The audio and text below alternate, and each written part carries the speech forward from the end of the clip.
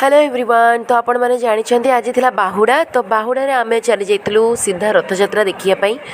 तो आम बाहर की जाकि पहुँची गलु जेहेतु आगर पार्किंग जगह नाला। तो जो गोटे पार्किंग होता से अधा बाटर ही आमको गाड़ी रखी आग को चली चली जावाई पड़ा।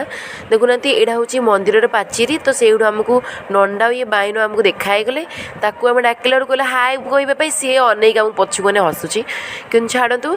तो आम जा पहुँची गलु। देखते आम आसिक मंदिर दांडे भी आसिक पहुँची गलुणी। मंदिर दांडे रथ टणा रथ दांड।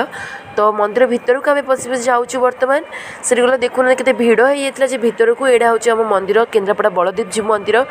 रथ दांडा बहुत बड़ था। आम से जाऊँ बहुत फांका फांका जना पड़ूला किंतु आग को जाकि ही आमको जना पड़ा रथ देखा दूर देखूँ। आम पाखक तो ये जाइन से पर्यंत पाखक जा देखला बेलू एत भिड़ लगुला पाखरे बाहर। तो ये दूर तो एत बेसी जना पड़ना पाखरे किंतु आज तो एमती भाग्य ही खराब था। बर्तमान ठाकुर गुंडीचा मंदिर रथ को आसी ना आम बोधे जल्दी पड़ जाइलु टिके।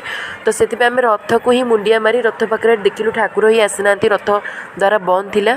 तो मुंडिया मारी आम ये टिके फोटो उठेदेलु। फोटो उठेकिना